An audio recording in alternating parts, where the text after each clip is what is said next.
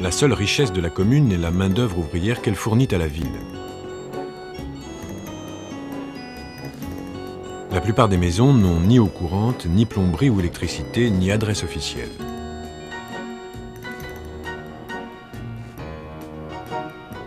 Seuls les numéros de lotissement sont inscrits au cadastre.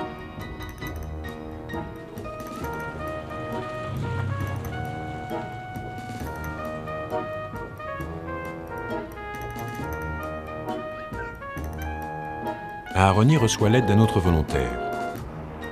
Naftali, un architecte, est chargé de retrouver le nom du propriétaire d'une certaine maison de la rue Garibaldi. 2 jours plus tard, il est arrivé avec un sourire jusque-là.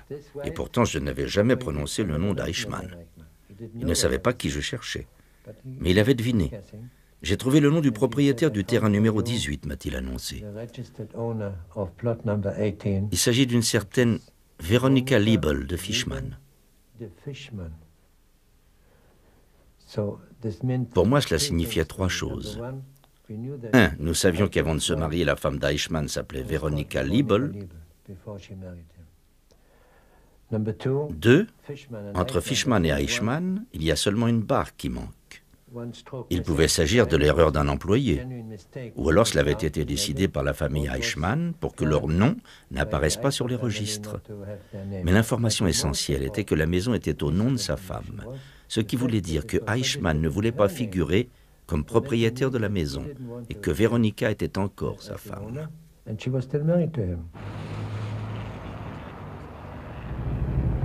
Le lendemain matin, Aharoni espionne la maison.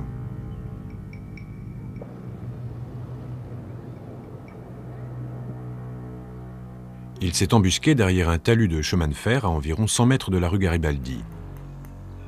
Mais les enfants et les cheminots aux alentours rendent l'endroit trop dangereux.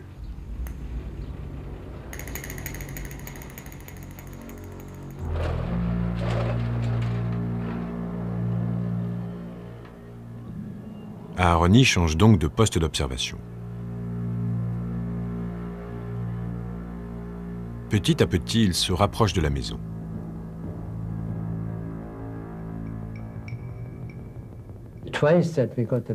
Notre meilleur poste d'observation a été un camion couvert d'une bâche dans laquelle nous avions découpé un trou. J'étais allongé à l'arrière et au bout de 2 ou 3 séances d'observation, j'ai réussi à voir une femme. Une femme assez âgée dont nous avons découvert plus tard que c'était la femme d'Eichmann. Nous avons également vu un petit garçon de 6 ou 7 ans, qui était le 4e fils d'Eichmann, né après les retrouvailles des 2 époux en Argentine. Enfin, j'ai vu un homme dont l'âge et la taille correspondaient au signalement que nous avions d'Eichmann.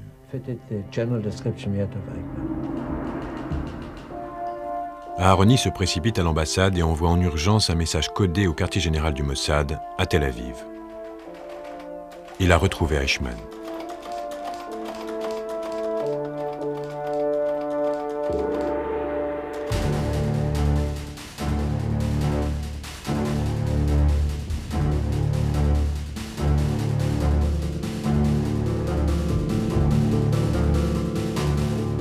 Aharoni se rapproche encore de la maison.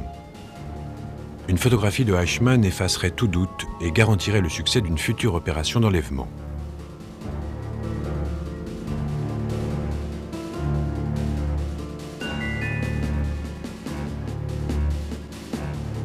Mais ayant peu d'expérience sur le terrain, Aharoni commet une grave erreur qui risque de tout compromettre. Avec Naftali, son volontaire, il procède à une approche directe de la maison muni d'un appareil photo-valise. Margarita, la femme de Nicolas, vient à leur rencontre. Aharoni se présente comme un homme d'affaires américain et explique que sa société souhaite acheter des terrains pour construire une usine.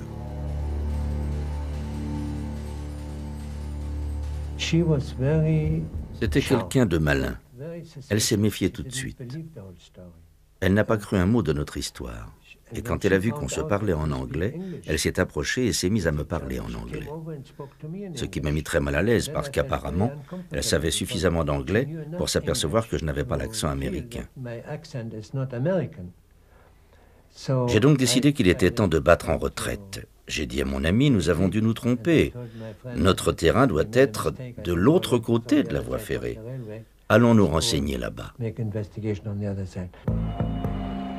Disposant de peu de temps avant la date prévue de son retour à Tel Aviv, Aharoni tente une nouvelle fois de photographier Eichmann.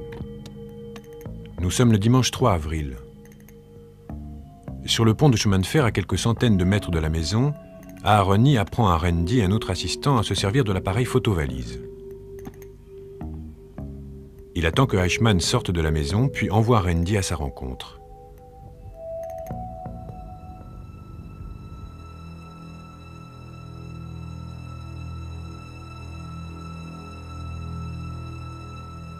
L'objectif de l'appareil coïncide avec un minuscule trou dans le système de fermeture. Un déclencheur dissimulé permet d'actionner l'obturateur.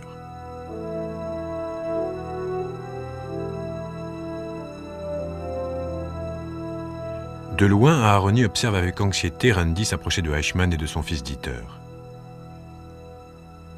Il est convenu qu'il demandera s'il n'y a pas de maison à vendre dans le coin.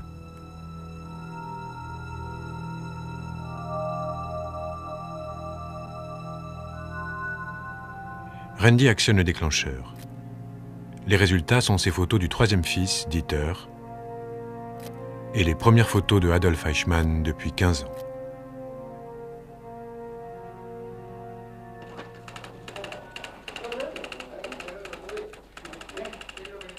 Aharoni reçoit l'ordre de rentrer. Sur le vol de correspondance entre l'Europe et Israël, il rencontre son chef, Isser Harel, qui voyage dans le même avion.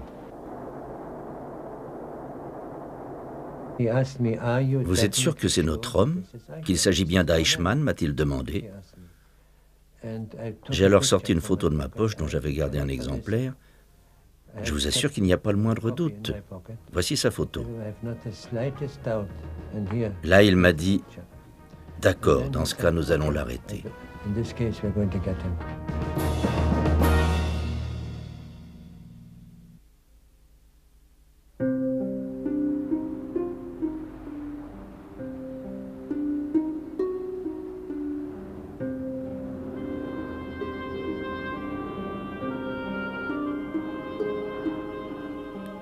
À Tel Aviv, par une chaude soirée d'avril 1960, Isser Harel apprend au Premier ministre Ben Gourion que Eichmann a été localisé.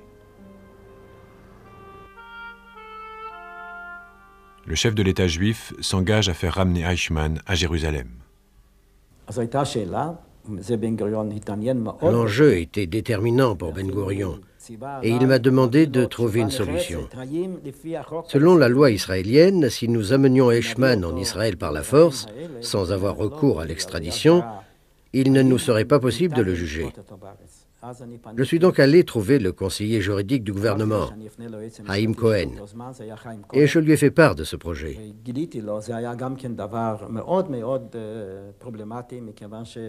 C'était en soi assez délicat parce que Cohen était chargé de l'application des lois en Israël, et j'étais en train de lui expliquer comment j'allais les enfreindre.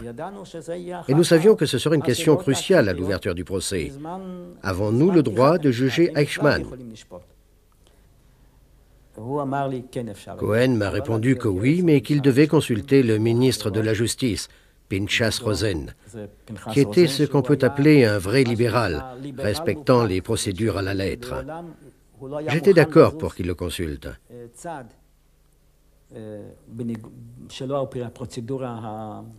Une fois mis au courant, Pinchas Rosen a dit à Haïm Cohen que dans ce cas précis, et exceptionnellement, la réponse était oui.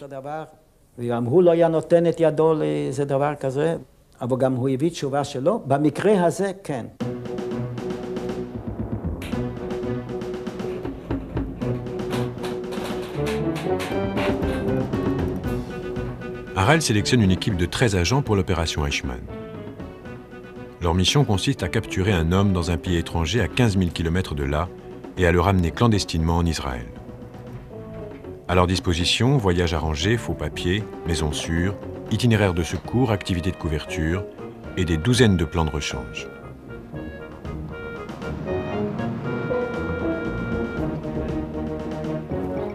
les différentes possibilités sont étudiées recouvrant toutes les éventualités et les pires scénarios. Chaque équipier est un spécialiste de missions secrètes. Raphaël Eitan, chef des missions spéciales, dirige l'opération.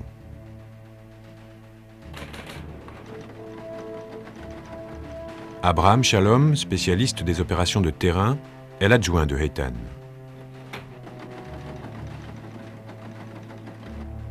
Danny Shalom fabrique les faux papiers. Ephraim Ilani, délégué en Amérique du Sud, connaît tout de l'Argentine, sa société, ses lois, ses coutumes. Zev Keren est l'homme à tout faire de l'équipe. Zvi Malkin, dont le rôle sera de s'emparer de Eichmann lors de sa capture, est un spécialiste du camouflage. Et Zvi Aharoni, qui parle couramment l'allemand, devra mener l'interrogatoire de Eichmann. J'ai choisi différents agents du Mossad, des gens qui avaient l'habitude de travailler à l'étranger et qui savaient s'adapter aux missions spéciales. J'ai également pris des agents des services commandos capables à la fois de planifier l'opération et de la mener à bien. C'était une équipe capable d'improviser. Et je ne citerai que deux noms, ceux de Rafi Eitan et d'Abraham Shalom. Ils faisaient partie de nos meilleurs agents. J'ai choisi de confier le commandement de la mission à Rafi Eitan. Petit à petit, j'ai mis au point un plan d'attaque. J'ai choisi les agents. J'ai pris 7 personnes de mon équipe qui venaient de la division commando. Je me suis rendu compte que pour enlever Eichmann et le ramener en Israël, il nous faudrait également disposer d'un moyen de transport, du matériel adapté, ainsi que des points de chute en Argentine ou à Buenos Aires.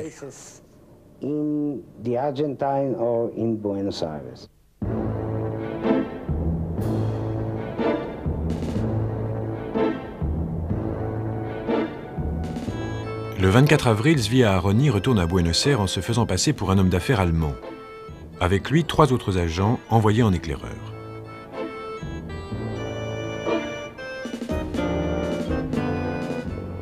Leur mission, préparer le terrain pour l'équipe chargée de l'enlèvement qui doit arriver une semaine plus tard. Ils seront rejoints ultérieurement par le directeur du Mossad, Isser Harel. L'enjeu est tel que Harel prend exceptionnellement le risque de diriger en personne l'opération.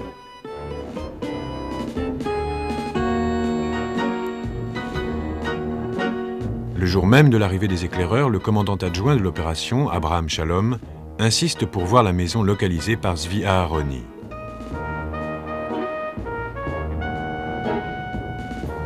À 8 heures du soir, les 4 hommes roulent vers San Fernando. Une chose qui se révélera déterminante pour l'organisation de l'enlèvement. Alors que nous roulions vers la maison, entre le kiosque et la maison qui était à 150 mètres, nous avons vu Eichmann qui se dirigeait vers chez lui.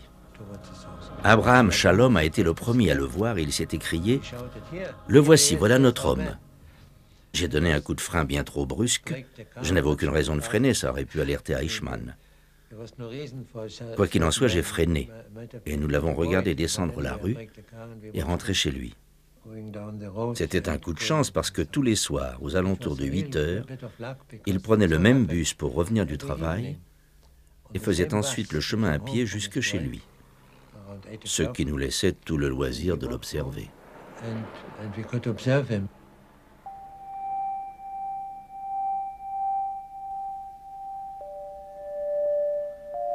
Pour parachever leur plan d'enlèvement, ils ont besoin de savoir où Eichmann prend son bus. Le lendemain, Aharoni se retrouve sans le vouloir tout près de sa cible. Je suis monté à bord de l'autobus à Gouropa et à ma grande surprise, le seul siège libre se trouvait être juste derrière l'homme que nous soupçonnions d'être et qui était, nous le savons maintenant, Eichmann. J'ai donc dû m'asseoir derrière lui. Imaginez un agent secret israélien assis à 30 cm de l'homme responsable de l'extermination de son peuple.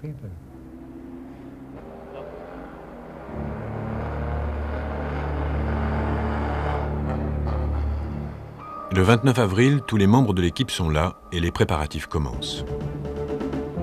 On repère une pharmacie pour les éventuels besoins en médicaments. Du matériel est acheté pour l'insonorisation d'une pièce dans une maison sûre. Et accord est pris avec un photographe pour le développement dans la nuit des faux papiers de l'agent Danny Shalom. L'équipe loue plusieurs maisons sûres devant répondre à des critères très précis. Elles doivent être grandes et situées dans des quartiers chics afin de garantir la tranquillité. Elles doivent posséder plusieurs entrées. Un garage attenant suffisamment grand pour pouvoir égarer 2 voitures. Et une pièce aveugle à l'étage pour détenir Eichmann à l'abri des regards de la rue.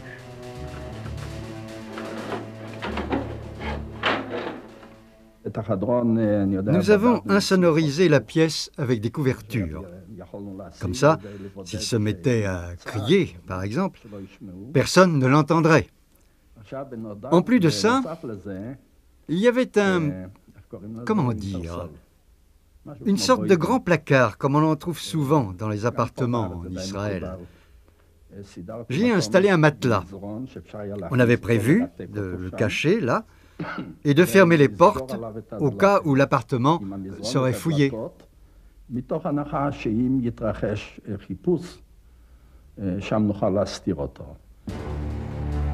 voitures seront louées pour la fuite. Elles doivent être fiables et de préférence américaine. L'une pour l'enlèvement, l'autre en sécurité. Nous avions toutes sortes d'astuces. Par exemple, nous avions un système pour changer rapidement de plaque d'immatriculation. Système que j'avais mis au point en Israël. Il me permet encore aujourd'hui, où que je sois, qu'on m'envoie au Japon ou ailleurs, de disposer en quelques heures de plusieurs plaques d'immatriculation sans avoir besoin d'aller dans un magasin et de demander à quelqu'un de me les fabriquer.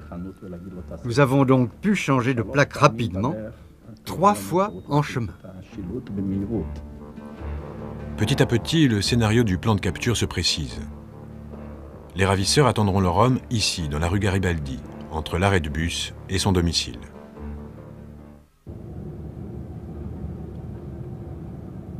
Le 1er mai, le directeur du Mossad arrive à l'aéroport d'Ezeza. J'avais un passeport étranger. Et comme dans toutes les opérations auxquelles j'ai participé, aucune limousine ne m'attendait, aucune voiture. Personne pour s'occuper de moi. Abraham Shalom était là, mais nous avons fait comme si nous ne nous connaissions pas. Et je me suis rendu en ville en autobus. Harel descend dans un petit hôtel au coin de la rue Takuari. Sa façon de voyager à l'étranger en toute simplicité crée un précédent au sein du Mossad. Afin de passer inaperçu, Harel porte des vêtements très ordinaires, se déplace en bus et loge dans des établissements modestes. Pour communiquer, il n'utilise ni le téléphone, ni la radio, ni aucun procédé électronique. Toutes les discussions ont lieu en face à face dans des endroits prédéterminés. Chaque agent reçoit une liste des heures et lieux où Harel peut être rencontré. Les cafés de Buenos Aires ainsi deviennent son quartier général. Et c'est là qu'il transmet ses ordres et reçoit les comptes rendus sur l'état d'avancement de l'opération.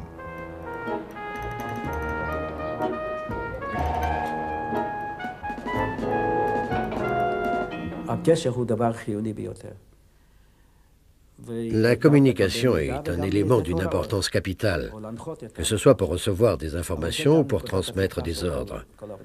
Et c'est aussi le point faible de toutes les opérations menées par des services secrets. La plupart des agents sont interceptés parce qu'ils ont utilisé une radio ou parce que leur code secret a été découvert. Lors d'une réunion tardive dans la maison principale, les agents finalisent leur plan de capture. Cette carte originale indique l'emplacement sur la route 202 de l'arrêt où doit stopper le bus 203 à 19h45. La cible descendra vers son domicile le long de la rue Garibaldi. Ses ravisseurs l'attendront ici, la seconde voiture étant garée à plusieurs mètres de là. Une fois leur cible capturée, les 2 voitures quitteront le quartier, empruntant un itinéraire préétabli jusqu'à la maison. Les différents itinéraires possibles jusqu'à la maison sont tracés par Abraham Shalom. Il connaissait la région. De tous les policiers argentins, pas un seul ne connaissait la région et ses routes aussi bien que lui. Je n'avais donc pas besoin de lui dire comment faire son travail.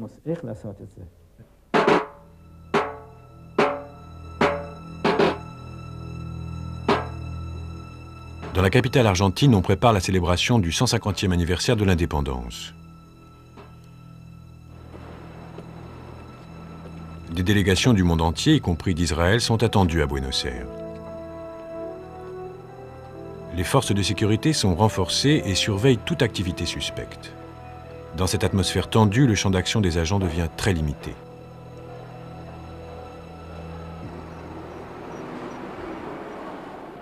Harel dîne avec l'ambassadeur d'Israël en Argentine, Ariel Evavi, et l'informe de l'opération.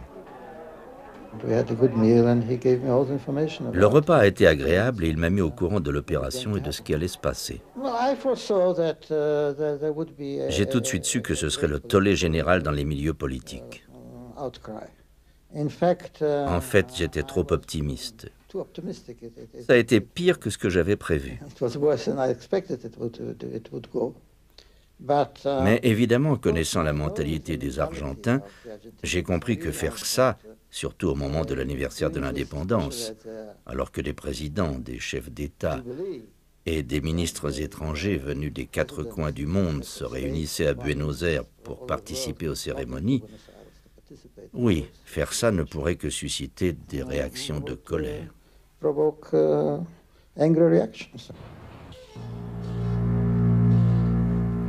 Harel met au point un scénario de la dernière chance pour le cas où la fuite ne se déroulerait pas comme prévu une fois Eichmann entre leurs mains. En cas d'imprévu, il ne devait surtout pas faire de mal à Eichmann. Tout le monde devait partir, à l'exception de Rafi. Celui-ci avait l'ordre de s'attacher à Eichmann avec des menottes, afin qu'ils soient arrêtés ensemble par la police.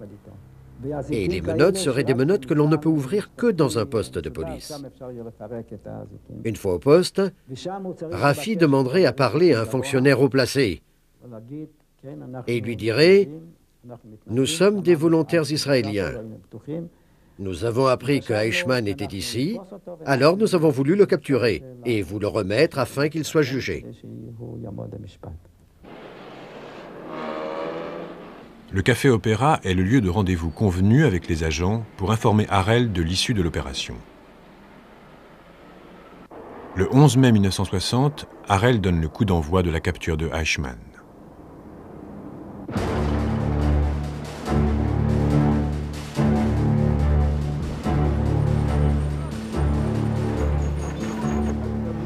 La voiture devant enlever Eichmann est conduite par Zvi Aharoni. Zev Keren est à ses côtés. Rafi Eitan, le chef de l'opération, est assis à l'arrière avec Zvi Malkin, chargé de se saisir de Eichmann. Abraham Shalom est au volant de la seconde voiture avec un docteur prêt à intervenir en cas d'urgence médicale. Les voitures se mettent en place. Zev Keren regarde sous le capot en faisant semblant d'inspecter le moteur.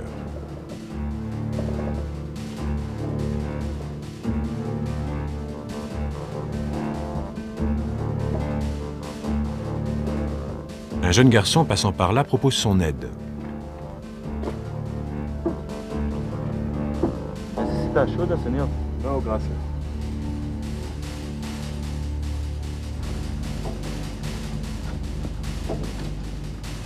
À 19h42, le bus 203 est en vue.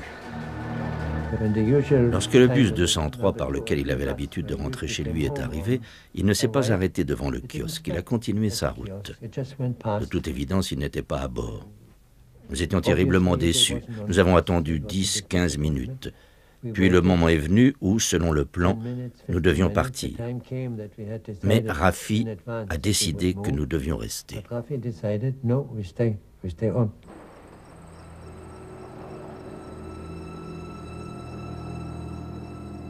20h05, un second bus arrive.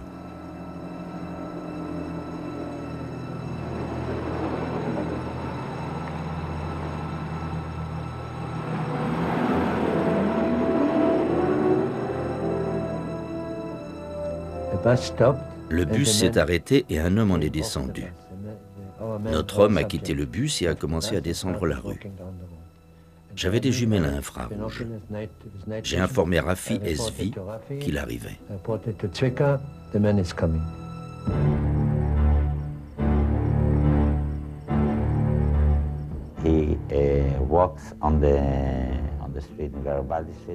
Il a descendu la rue Garibaldi. Il était à une cinquantaine de mètres de chez lui. J'étais là, j'attendais. Je me tenais un peu éloigné car je ne voulais pas qu'il me voie trop tôt. L'agent Zvi Malkin attend le moment pour lequel il s'est entraîné. Mais tandis que leur homme se rapproche de la voiture, Aharoni remarque un détail qu'il n'avait pas noté auparavant. J'ai fait un signe à Zvi et je lui ai dit « Il a une main dans sa poche. Fais attention, il est peut-être armé. » L'information arrive au cerveau, on ne peut pas l'empêcher. Et j'ai légèrement modifié le plan. Il fallait que d'une main je lui bloque le bras et que de l'autre je l'immobilise. J'ai commencé à avancer. Il marchait dans ma direction et moi dans la sienne. Je devais arriver à sa hauteur près de la voiture et lui poser une question. C'était la seule phrase que je connaissais en espagnol. Un momentito, signor. Nos regards se sont croisés. J'ai vu la peur dans ses yeux et je lui ai dit « Un momentito ». Mais je n'ai même pas pu terminer. Il a reculé, je lui ai sauté dessus et nous sommes tombés dans le caniveau. Il s'est mis à pousser des cris et des hurlements. On devait l'entendre à 2 km à la ronde. C'était très fâcheux. Je ne voulais pas lui faire de mal, parce que si je le malmenais, je risquais de lui briser le cou. Alors je l'ai laissé respirer, il en a profité pour crier.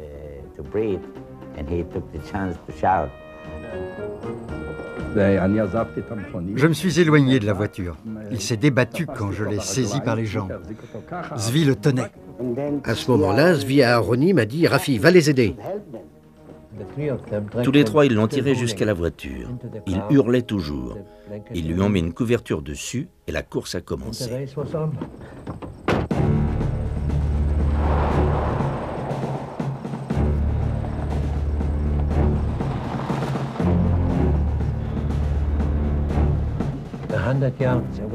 À 100 mètres de sa maison, je lui ai crié en allemand «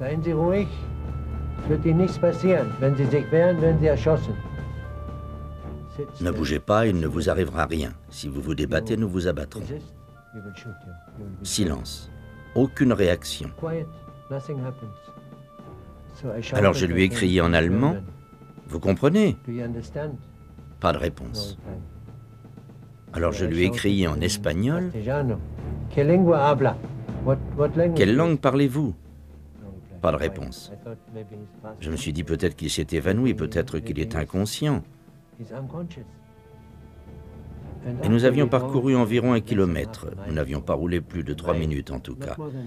Quand il a dit dans un allemand parfaitement compréhensible et tout à fait correct,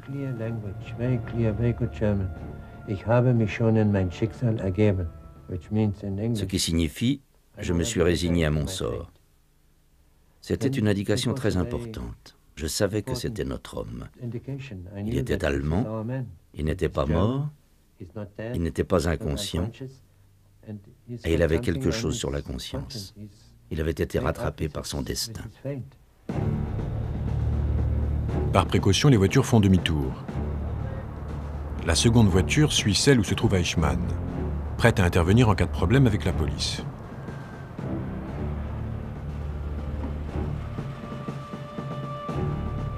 Les voitures s'arrêtent 3 fois pour changer les plaques d'immatriculation.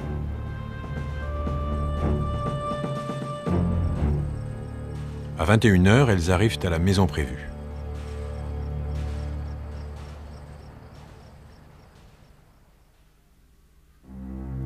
Le docteur examine le prisonnier à la recherche d'éventuelles capsules de poison cachées dans sa bouche, selon la bonne tradition nazie. Nous l'avons déshabillé et nous avons vu la cicatrice de son appendicite, ainsi que celle de son matricule SS.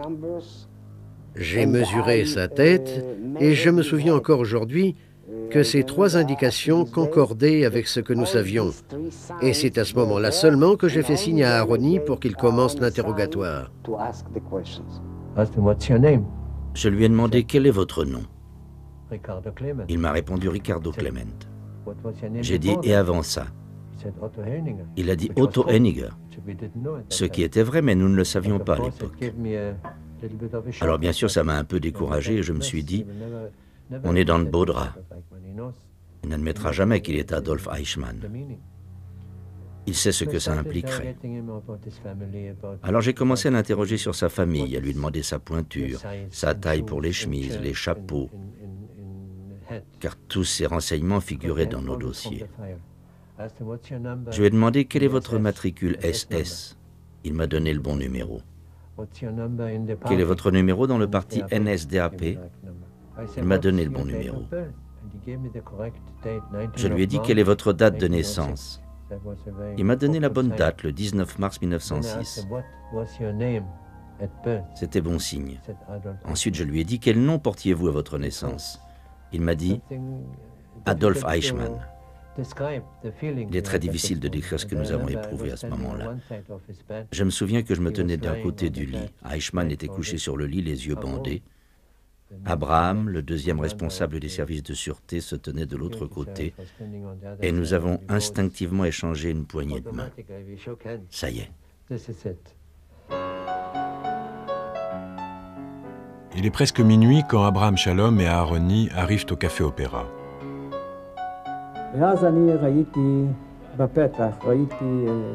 Tout à coup, je les ai vus dans l'embrasure de la porte. Ils étaient sales, ils avaient les traits tirés. Avant même qu'ils n'arrivent à ma hauteur, j'ai deviné que tout s'était bien passé. Leurs yeux brillaient. Non seulement ils l'avaient capturé, mais surtout la chose la plus importante, c'était qu'il était maintenant établi que Ricardo Clement était bien Adolf Eichmann.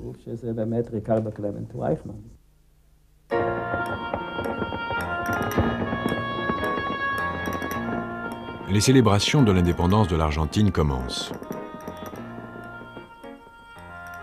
Dans la pièce insonorisée de la maison, Eichmann a les yeux bandés et une jambe enchaînée à son lit. L'ancien officier nazi est gardé jour et nuit. Il peut se raser, se laver et est nourri à la cuisine cachère. Tous les jours, l'agent Ephraim Milani épluche les journaux locaux pour voir si on parle d'un Allemand disparu.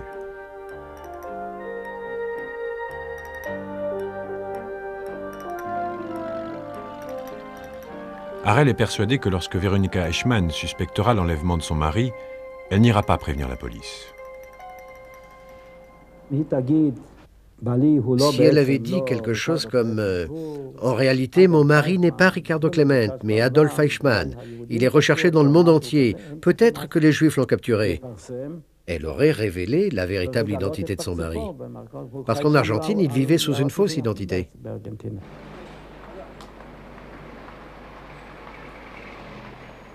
Mais plus les agents restent à Buenos Aires, plus ils risquent d'être découverts.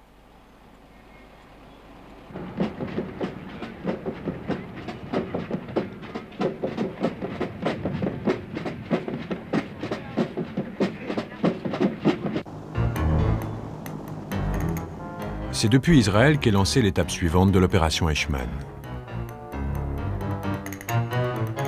Les diplomates invités aux célébrations de l'indépendance de l'Argentine embarquent à bord d'un avion El Al à destination de Buenos Aires. Aucun service régulier n'existant entre Israël et l'Amérique du Sud, Harel a demandé à la compagnie d'affréter pour l'occasion un vol spécial. Le Britannia 4X AGD de la El Al atterrit sur l'aéroport d'Ezeiza.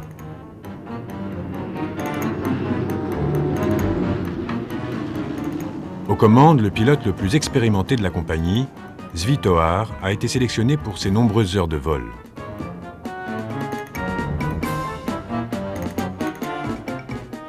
La délégation menée par le ministre Abba Eban ignore que l'avion va servir à faire sortir clandestinement Eichmann d'Argentine. Parmi les membres de l'équipage figurent des agents du Mossad et une unité de commando recrutée pour une mission secrète qu'Harel ne leur dévoile qu'à ce moment-là.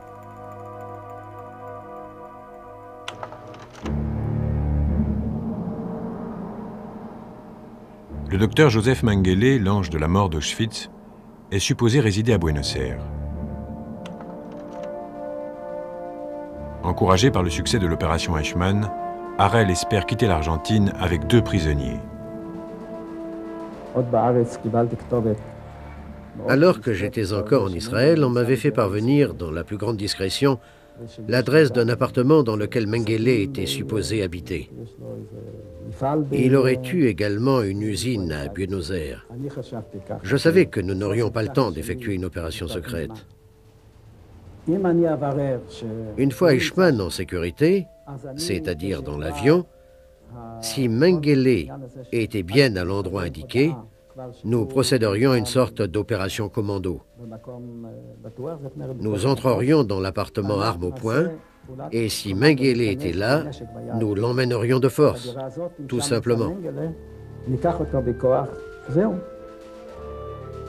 Une enquête au bureau de poste local révèle que Mengele a déménagé 8 fois ces dernières années. Sa dernière adresse connue est le 3573 rue Paraná.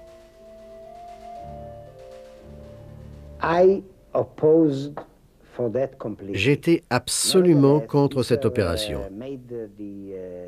Isser s'est malgré tout mis à la recherche de cet homme. Et heureusement, fort heureusement, il ne l'a pas trouvé, ce qui a permis d'éviter une confrontation entre lui et moi.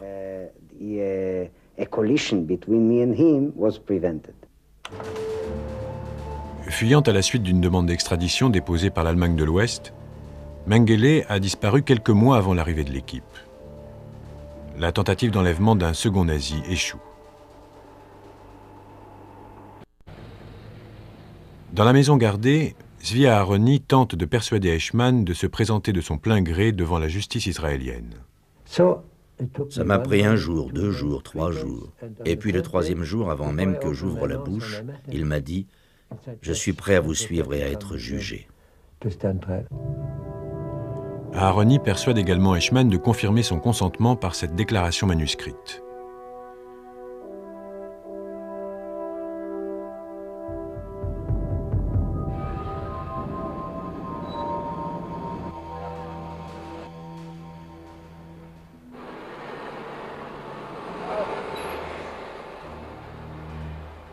« 21 mai, le jour du départ prévu.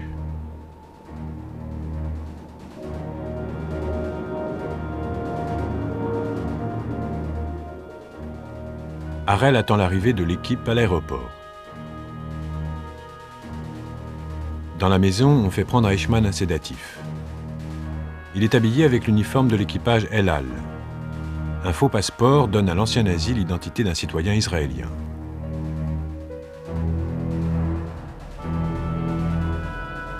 Drogué, il est conduit à l'aéroport.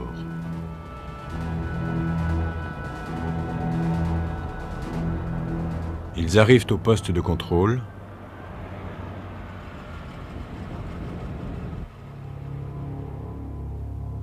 Et reçoivent l'autorisation de passer. Personne ne semble les remarquer, tandis que la voiture se dirige tout droit vers l'avion stationné et que Eichmann est transporté à bord.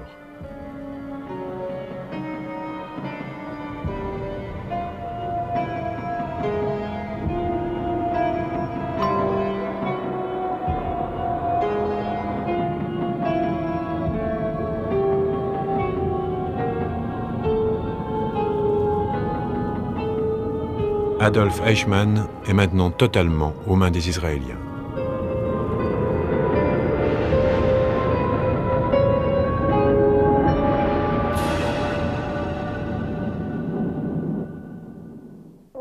Adolf Eichmann נמצא כבר במעצר בארץ ויעמוד בקרוב למשפט בישראל בהתאם לחוק עשיית דין בנאצים וגוזריהם תש"י 1950.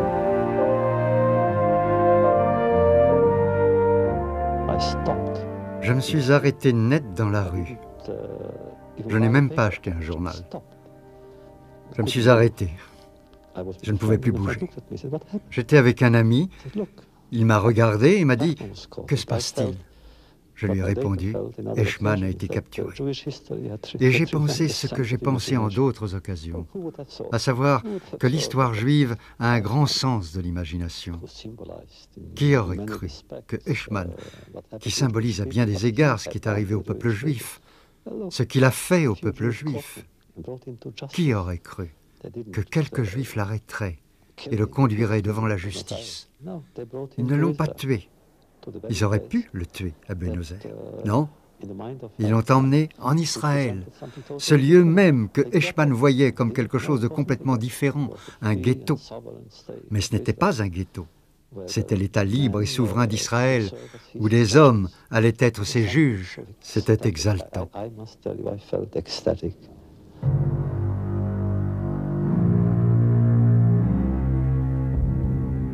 L'accusé est présenté devant un auditoire international. Adolf Eichmann reste indifférent à ses crimes et n'a aucun regret. Cet homme, responsable de souffrances inouïes, ne se soucie que de la précision et du formalisme de ses actes.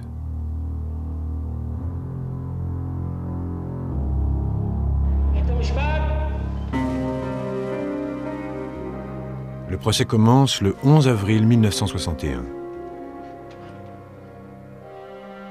Le juge de la Cour suprême israélienne, Moshe Landau, qui est né en Allemagne et y a fait ses études, préside le procès.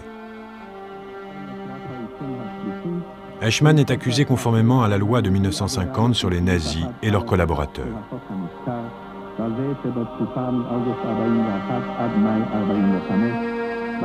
La peine de mort n'existe pas en Israël, sauf une exception qui concerne les criminels de guerre nazis reconnus coupables. Le réquisitoire de l'accusation est mené par le procureur général Gideon Hausner. Le docteur Robert Servatius, avocat allemand et défenseur des criminels de guerre, assure la défense. C'est à la fois l'homme et le système qui lui a conféré son pouvoir qui sont ainsi jugés. Mais Eichmann nie toute culpabilité. Il prétend n'avoir fait qu'obéir à des ordres.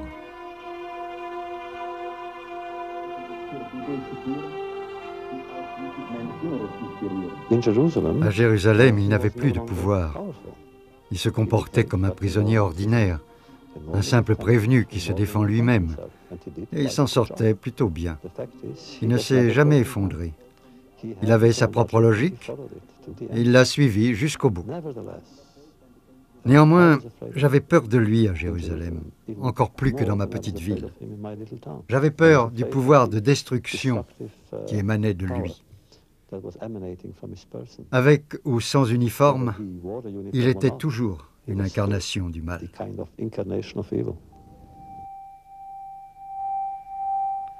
À l'insu de tous, le directeur du Mossad lui-même assiste au procès.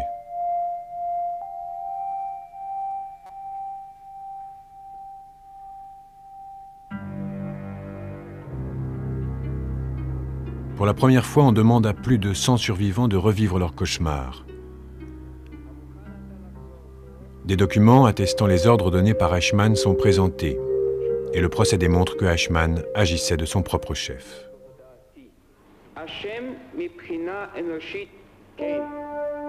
Les juges rendent leur verdict devant un auditoire silencieux. L'accusé est condamné à mort. C'est la première fois dans l'histoire d'Israël que la peine capitale sera appliquée.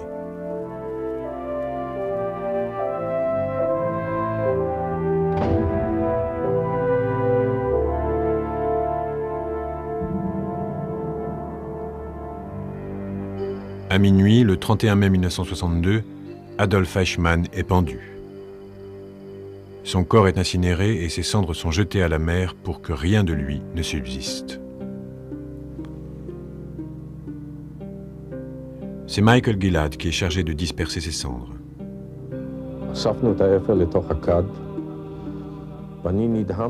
Nous avons mis les cendres dans une urne. J'étais étonné de voir qu'il y en avait si peu. À ce moment-là, je me suis souvenu de quelque chose dont j'avais été témoin à Auschwitz. On nous avait emmenés devant un grand tas de cendres. Nous savions ce que c'était.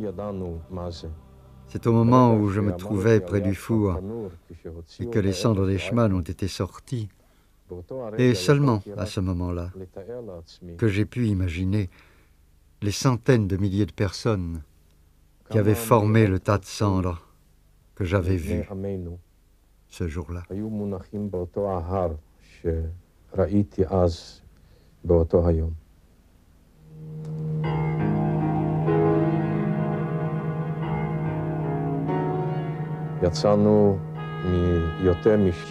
Nous sommes allés à plus de 10 kilomètres des côtes, en dehors des eaux territoriales israéliennes. Puis nous avons répandu les cendres, et j'ai réussi à réciter « Qu'ainsi périssent tous tes ennemis, ô Israël ».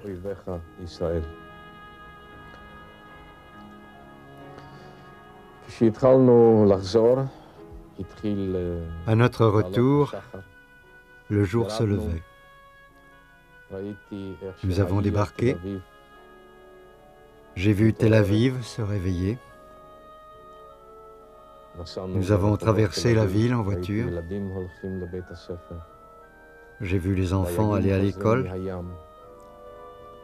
les pêcheurs entrer au port, le soleil au-dessus de la ville juive, au-dessus de mon pays.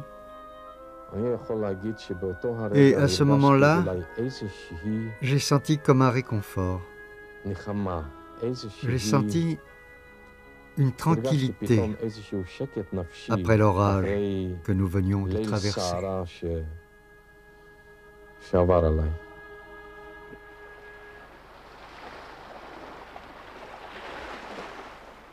Sur les milliers de criminels de guerre nazie, une poignée seulement ont été jugés. Le procès de Adolf Eichmann n'a pas été motivé par la vengeance pour ses crimes, mais par une volonté de justice envers ses victimes et parce qu'il fallait que le monde sache.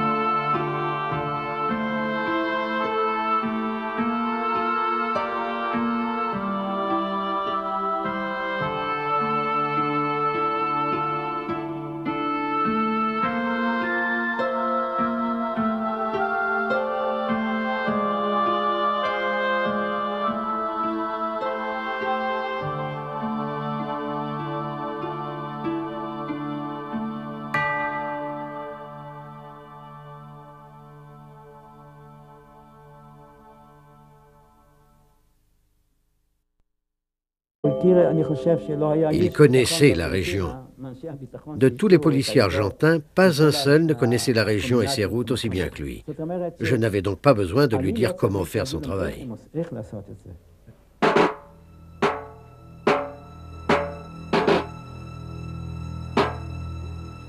Dans la capitale argentine, on prépare la célébration du 150e anniversaire de l'indépendance. Des délégations du monde entier, y compris d'Israël, sont attendues à Buenos Aires. Les forces de sécurité sont renforcées et surveillent toute activité suspecte. Dans cette atmosphère tendue, le champ d'action des agents devient très limité.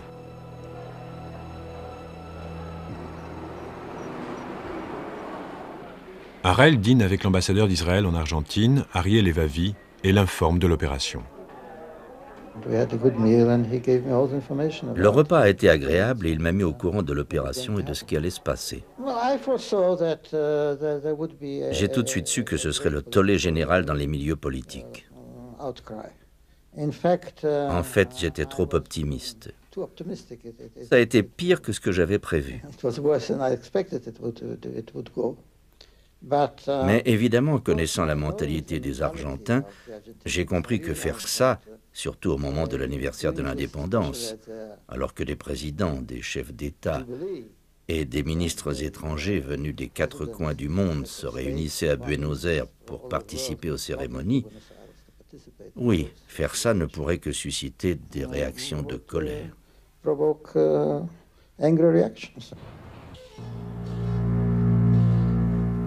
Harel met au point un scénario de la dernière chance pour le cas où la fuite ne se déroulerait pas comme prévu une fois Eichmann entre leurs mains. En cas d'imprévu, il ne devait surtout pas faire de mal à Eichmann. Tout le monde devait partir, à l'exception de Rafi. Celui-ci avait l'ordre de s'attacher à Eichmann avec des menottes, afin qu'ils soient arrêtés ensemble par la police. Et les menottes seraient des menottes que l'on ne peut ouvrir que dans un poste de police. Une fois au poste, Rafi demanderait à parler à un fonctionnaire haut placé et lui dirait « Nous sommes des volontaires israéliens. Nous avons appris que Eichmann était ici, alors nous avons voulu le capturer et vous le remettre afin qu'il soit jugé. » Le Café Opéra est le lieu de rendez-vous convenu avec les agents pour informer Harel de l'issue de l'opération. Le 11 mai 1960, Harel donne le coup d'envoi de la capture de Eichmann.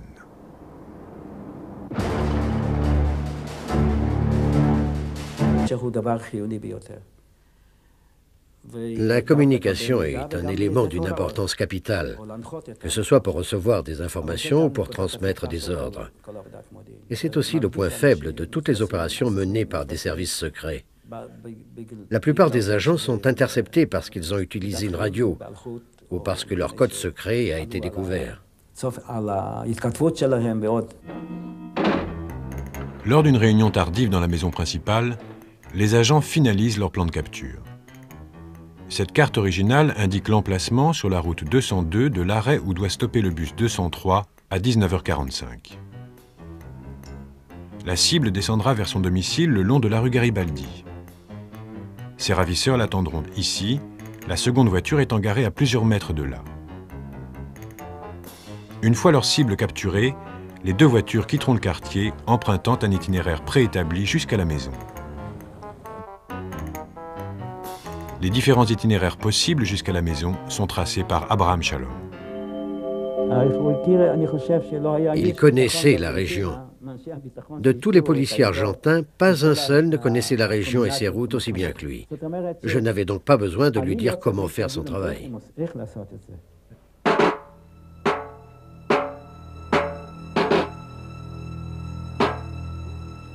Dans la capitale argentine, on prépare la célébration du 150e anniversaire de l'indépendance. Des délégations du monde entier, y compris d'Israël, sont attendues à Buenos Aires. Les forces de sécurité sont renforcées et surveillent toute activité suspecte. Dans cette atmosphère tendue, le champ d'action des agents devient très limité.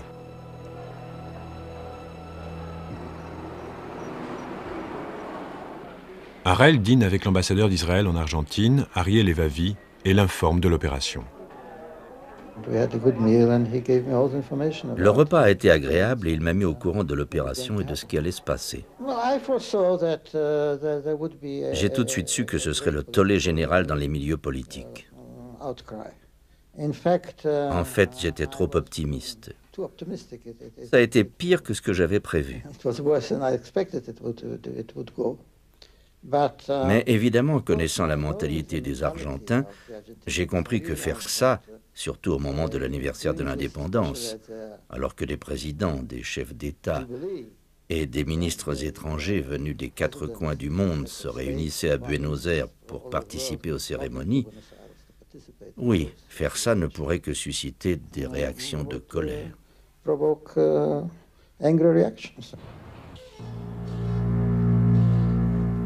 Harel met au point un scénario de la dernière chance pour le cas où la... Une sorte d'opération commando.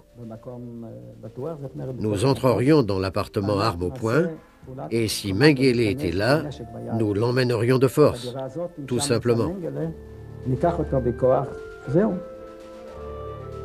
Une enquête au bureau de poste local révèle que Mengele a déménagé 8 fois ces dernières années. Sa dernière adresse connue est le 3573 rue Parana.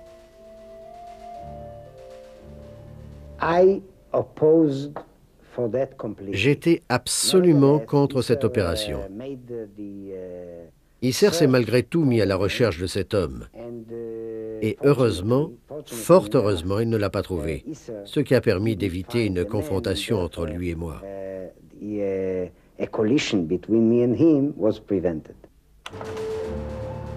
Fuyant à la suite d'une demande d'extradition déposée par l'Allemagne de l'Ouest, Mengele a disparu quelques mois avant l'arrivée de l'équipe. La tentative d'enlèvement d'un second nazi échoue. Dans la maison gardée, Zvi Aharoni tente de persuader Eichmann de se présenter de son plein gré devant la justice israélienne. Ça m'a pris 1 jour, 2 jours, 3 jours. Et puis le 3e jour, avant même que j'ouvre la bouche, il m'a dit « Je suis prêt à vous suivre et à être jugé ». Aharoni persuade également Eichmann de confirmer son consentement par cette déclaration manuscrite.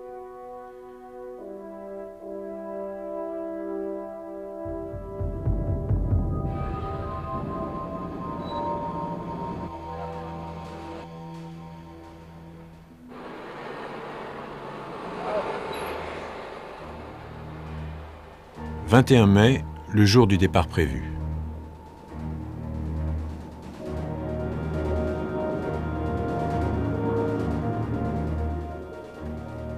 Harel attend l'arrivée de l'équipe à l'aéroport.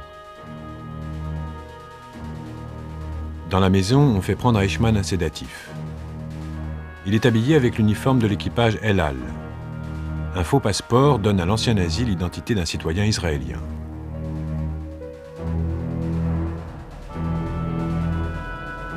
Drogué, il est conduit à l'aéroport.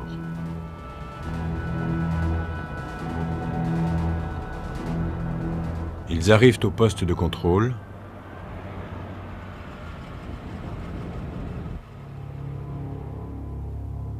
Et reçoivent l'autorisation de passer. Personne ne semble les remarquer, tandis que la voiture se dirige tout droit vers l'avion stationné et que Eichmann est transporté à bord.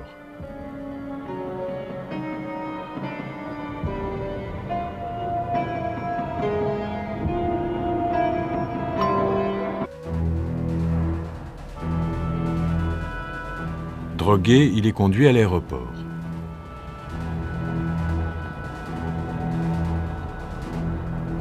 Ils arrivent au poste de contrôle.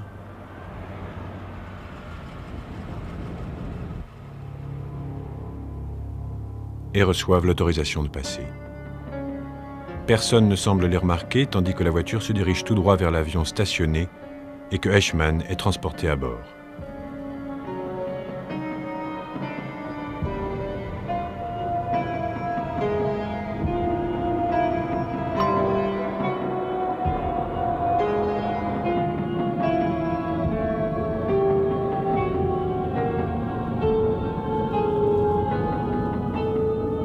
Adolf Eichmann est maintenant totalement aux mains des Israéliens.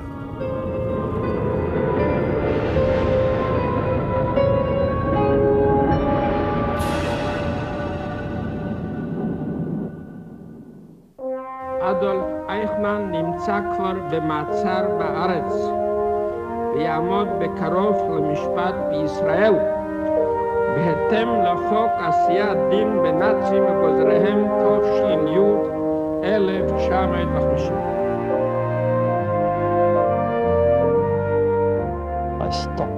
Je me suis arrêté net dans la rue. Je n'ai même pas acheté un journal. Je me suis arrêté. Je ne pouvais plus bouger. J'étais avec un ami. Il m'a regardé et m'a dit « Que se passe-t-il » Je lui ai répondu « Eichmann a été capturé ». Et j'ai pensé ce que j'ai pensé en d'autres occasions, à savoir que l'histoire juive a un grand sens de l'imagination. Qui aurait cru que Eichmann, qui symbolise à bien des égards ce qui est arrivé au peuple juif, ce qu'il a fait au peuple juif, qui aurait cru que quelques juifs l'arrêteraient et le conduiraient devant la justice? Ils ne l'ont pas tué. Ils auraient pu le tuer à Buenos Aires. Non, Ils l'ont emmené en Israël, ce lieu même que Eichmann voyait comme quelque chose de complètement différent, un ghetto. Mais ce n'était pas un ghetto. C'était l'État libre et souverain d'Israël, où des hommes allaient être ses juges. C'était exaltant.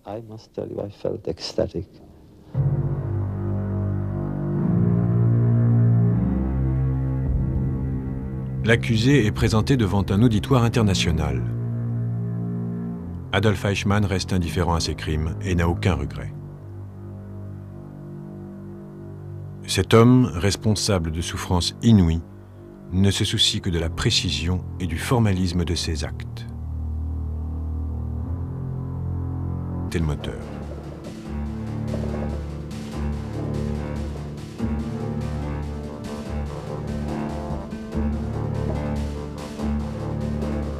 Un jeune garçon passant par là propose son aide.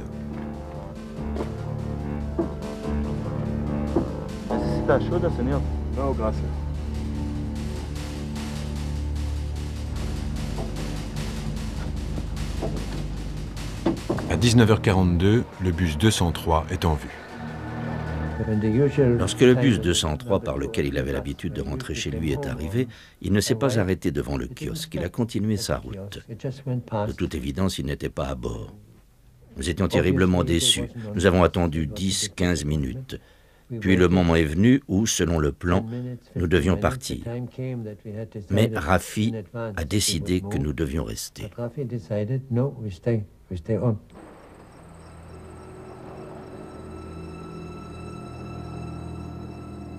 20h05, un second bus arrive.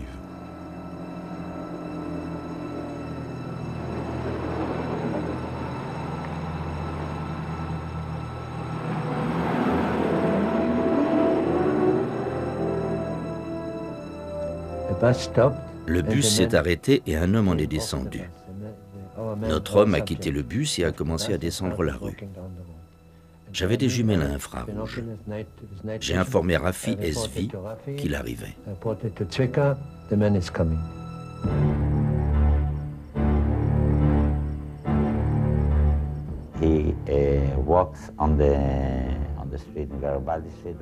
Il a descendu la rue Garibaldi.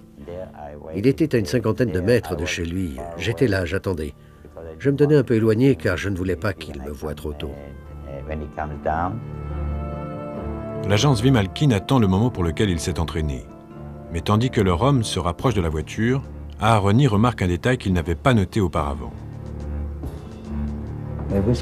J'ai fait un signe à Svi et je lui ai dit « Il a une main dans sa poche. Fais attention, il est peut-être armé. » L'information arrive au cerveau, on ne peut pas l'empêcher.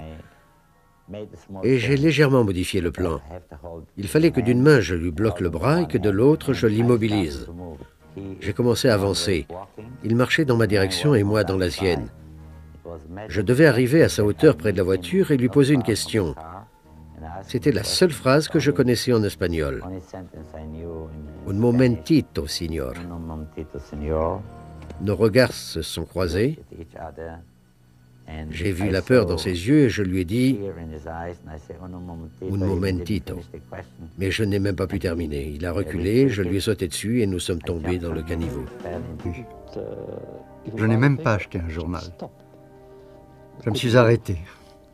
Je ne pouvais plus bouger. J'étais avec un ami. Il m'a regardé et m'a dit « Que se passe-t-il » Je lui ai répondu « Eichmann a été capturé ». Et j'ai pensé ce que j'ai pensé en d'autres occasions, à savoir que l'histoire juive a un grand sens de l'imagination. Qui aurait cru que Eichmann, qui symbolise à bien des égards ce qui est arrivé au peuple juif, ce qu'il a fait au peuple juif, qui aurait cru que quelques juifs l'arrêteraient et le conduiraient devant la justice? Ils ne l'ont pas tué. Ils auraient pu le tuer à Buenos Aires. Non, ils l'ont emmené en Israël, ce lieu même que Eichmann voyait comme quelque chose de complètement différent, un ghetto. Mais ce n'était pas un ghetto. C'était l'État libre et souverain d'Israël, où des hommes allaient être ses juges. C'était exaltant.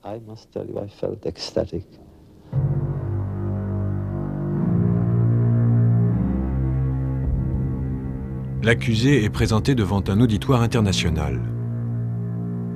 Adolf Eichmann reste indifférent à ses crimes et n'a aucun regret.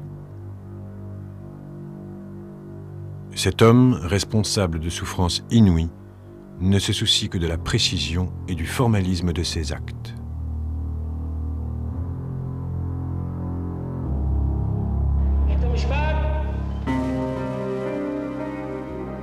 Le procès commence le 11 avril 1961. Le juge de la Cour suprême israélienne, Moshe Landau, qui est né en Allemagne et y a fait ses études, préside le procès. Eichmann est accusé conformément à la loi de 1950 sur les nazis et leurs collaborateurs.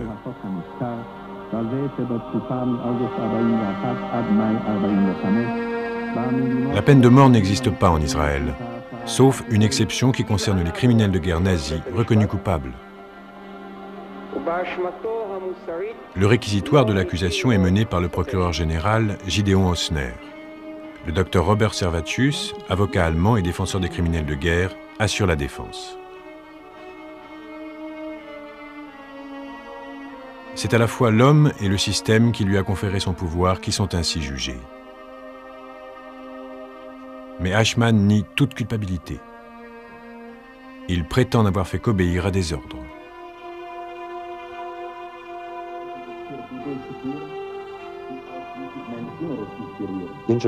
À Jérusalem, il n'avait plus de pouvoir. Il se comportait comme un prisonnier ordinaire, un simple prévenu qui se défend lui-même. Et il s'en sortait plutôt bien. Il ne s'est jamais effondré. J'ai donc décidé qu'il était temps de battre en retraite. J'ai dit à mon ami, nous avons dû nous tromper. Notre terrain doit être de l'autre côté de la voie ferrée. Allons nous renseigner là-bas. Disposant de peu de temps avant la date prévue de son retour à Tel Aviv, Aharoni tente une nouvelle fois de photographier Eichmann. Nous sommes le dimanche 3 avril. Sur le pont de chemin de fer à quelques centaines de mètres de la maison, Aharoni apprend à Randy, un autre assistant, à se servir de l'appareil photovalise. Il attend que Eichmann sorte de la maison, puis envoie Randy à sa rencontre.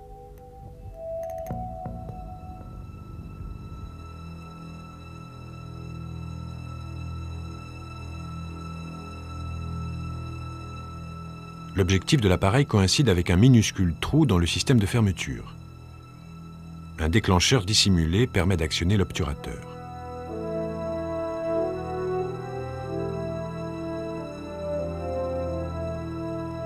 De loin, Aharoni observe avec anxiété Randy s'approcher de Eichmann et de son fils Dieter.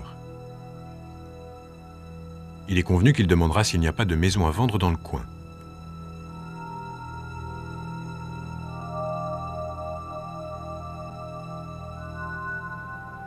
Randy actionne le déclencheur. Les résultats sont ces photos du troisième fils, Dieter, et les premières photos de Adolf Eichmann depuis 15 ans.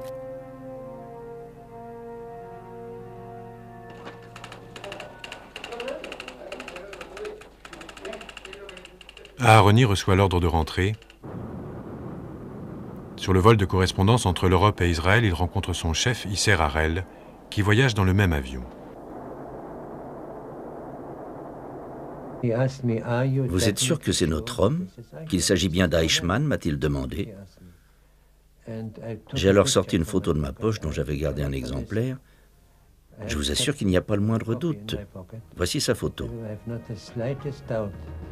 Là, il m'a dit « D'accord, dans ce cas, nous allons l'arrêter. »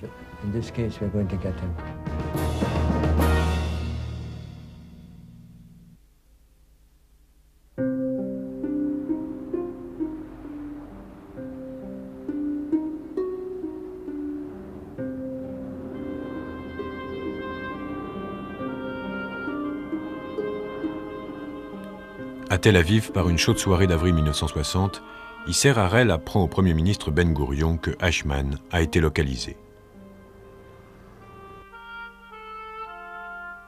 Le chef de l'État juif s'engage à faire ramener Eichmann à Jérusalem. L'enjeu était déterminant pour Ben Gourion. Les discussions ont lieu en face à face dans des endroits prédéterminés. Chaque agent reçoit une liste des heures et lieux où Harel peut être rencontré. Les cafés de Buenos Aires ainsi deviennent son quartier général. Et c'est là qu'il transmet ses ordres et reçoit les comptes rendus sur l'état d'avancement de l'opération.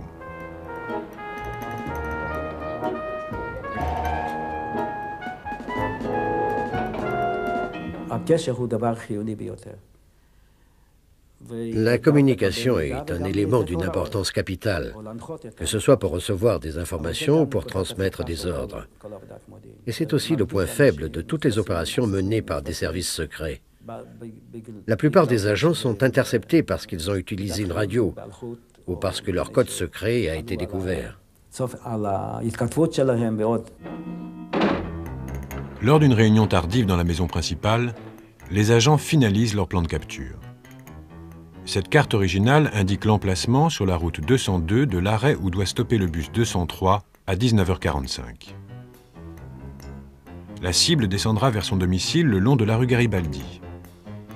Ses ravisseurs l'attendront ici, la seconde voiture étant garée à plusieurs mètres de là. Une fois leur cible capturée, les deux voitures quitteront le quartier, empruntant un itinéraire préétabli jusqu'à la maison. Les différents itinéraires possibles jusqu'à la maison sont tracés par Abraham Shalom. Il connaissait la région. De tous les policiers argentins, pas un seul ne connaissait la région et ses routes aussi bien que lui. Je n'avais donc pas besoin de lui dire comment faire son travail.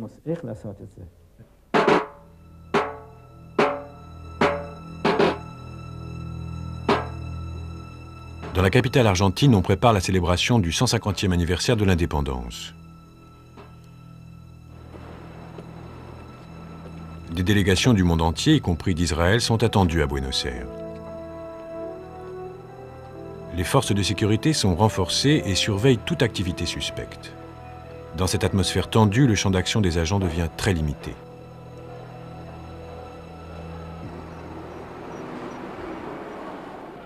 Harel dîne avec l'ambassadeur d'Israël en Argentine, Ariel Evavi, et l'informe de l'opération.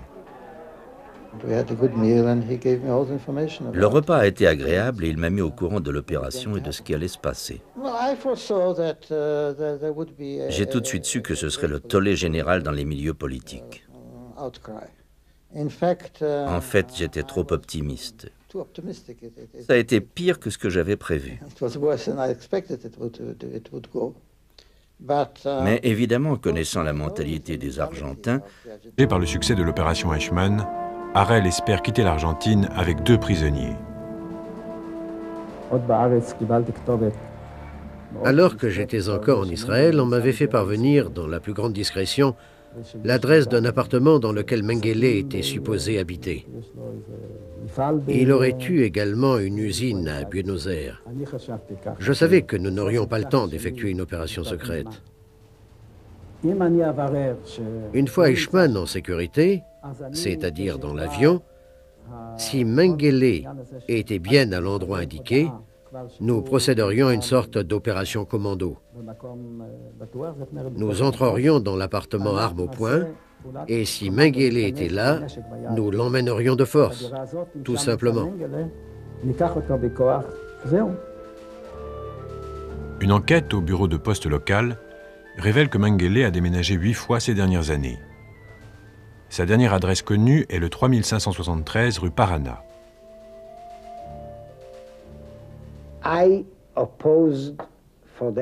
J'étais absolument contre cette opération. Isser s'est malgré tout mis à la recherche de cet homme. Et heureusement, fort heureusement, il ne l'a pas trouvé, ce qui a permis d'éviter une confrontation entre lui et moi.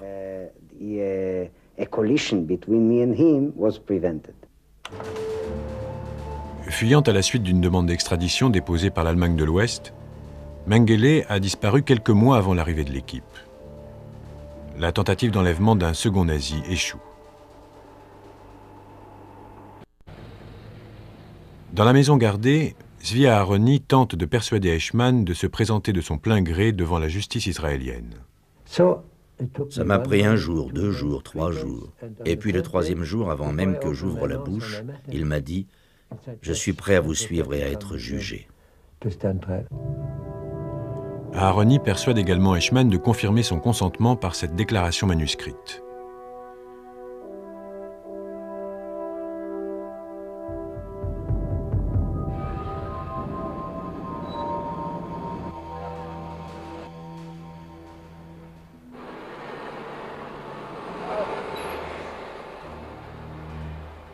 21 mai, le jour du départ prévu.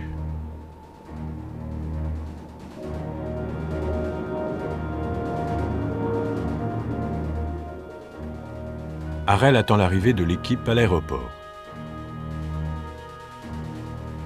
Dans la maison, on fait prendre à Eichmann un sédatif. Il est habillé avec l'uniforme de l'équipage El Al. Un faux passeport donne à l'ancien nazi l'identité d'un citoyen israélien. Il ne devait surtout pas faire de mal à Eichmann. Tout le monde devait partir, à l'exception de Rafi. Celui-ci avait l'ordre de s'attacher à Eichmann avec des menottes, afin qu'ils soient arrêtés ensemble par la police. Et les menottes seraient des menottes que l'on ne peut ouvrir que dans un poste de police. Une fois au poste, Rafi demanderait à parler à un fonctionnaire haut placé et il lui dirait « Nous sommes des volontaires israéliens. Nous avons appris que Eichmann était ici, alors nous avons voulu le capturer et vous le remettre afin qu'il soit jugé. » Le Café Opéra est le lieu de rendez-vous convenu avec les agents pour informer Harel de l'issue de l'opération. Le 11 mai 1960, Harel donne le coup d'envoi de la capture de Eichmann.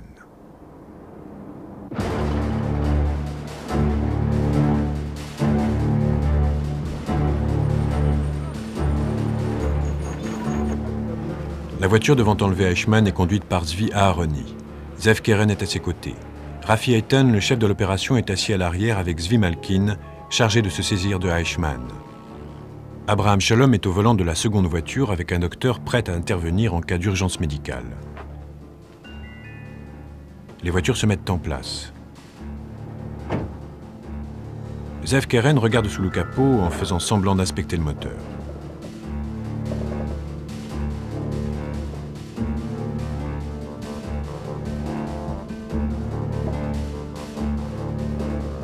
Un jeune garçon passant par là propose son aide.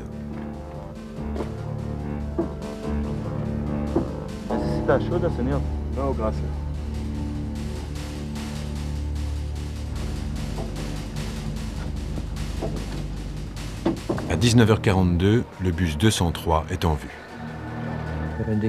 Lorsque le bus 203 par lequel il avait l'habitude de rentrer chez lui est arrivé, il ne s'est pas arrêté devant le kiosque, il a continué sa route. De toute évidence, il n'était pas à bord. Nous étions terriblement déçus. Nous avons attendu 10-15 minutes. Puis le moment est venu où, selon le plan, nous devions partir. Mais Rafi a décidé que nous devions rester.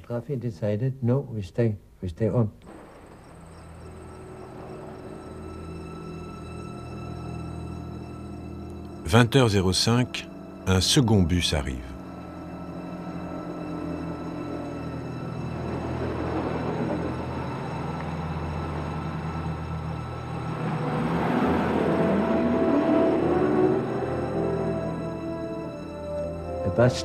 Le bus s'est arrêté et un homme en est descendu. Notre homme a quitté. Je suis monté à bord de l'autobus à Gouropa. Et à ma grande surprise, le seul siège libre se trouvait être juste derrière l'homme que nous soupçonnions d'être, et qui était, nous le savons maintenant, Eichmann. J'ai donc dû m'asseoir derrière lui. Imaginez un agent secret israélien assis à 30 cm de l'homme responsable de l'extermination de son peuple.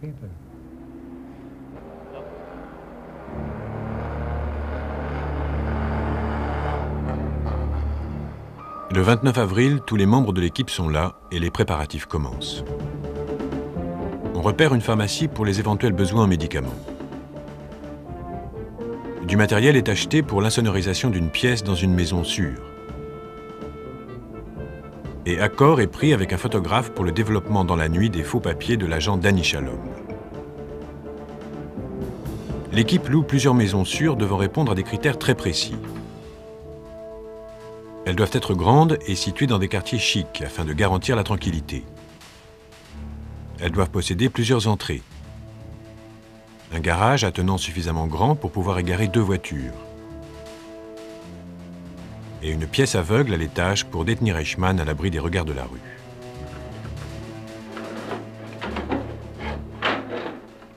Nous avons insonorisé la pièce avec des couvertures. Comme ça, s'il se mettait à crier, par exemple, personne ne l'entendrait.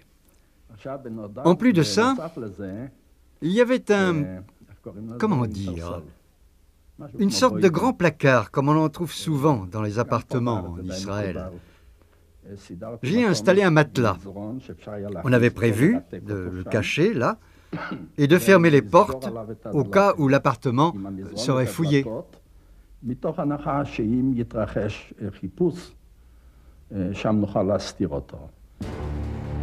Deux voitures seront louées pour la fuite. Elles doivent être fiables et de préférence américaine. L'une pour l'enlèvement, l'autre en sécurité. Nous avions toutes sortes d'astuces. Par exemple, nous avions un système pour changer rapidement de plaque d'immatriculation. Système que j'avais mis au point en Israël. Il me permet encore aujourd'hui, où que je sois, qu'on m'envoie au Japon ou ailleurs, de disposer en quelques heures de plusieurs plaques d'immatriculation sans avoir besoin d'aller dans un magasin et de demander à quelqu'un de me les fabriquer. Nous avons donc pu changer de plaque rapidement, 3 fois en chemin. Petit à petit, le scénario du plan de capture se précise. Les ravisseurs attendront leur homme ici, dans la rue Garibaldi, entre l'arrêt de bus et son domicile.